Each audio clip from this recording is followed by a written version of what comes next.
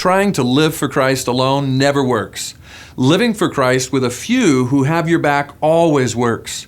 This principle is lived out in 1 Samuel chapter 14. The nation of Israel is overwhelmed by the Philistines who come with a great assault against them. The armies of Israel just desert and run. But King Saul and some of his men stay ready to fight, although they're not willing to take on the Philistines directly.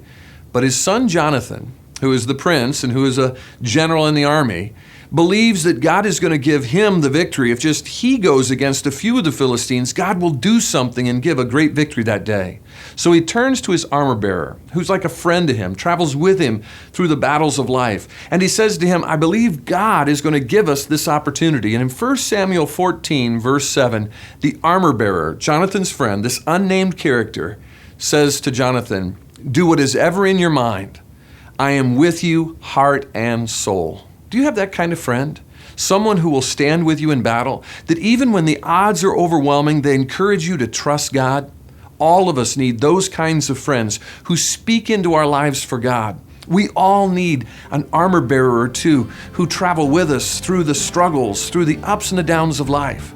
We all need to be that kind of friend, that kind of armor bearer for somebody else. Trying to live for Christ on your own, it never works.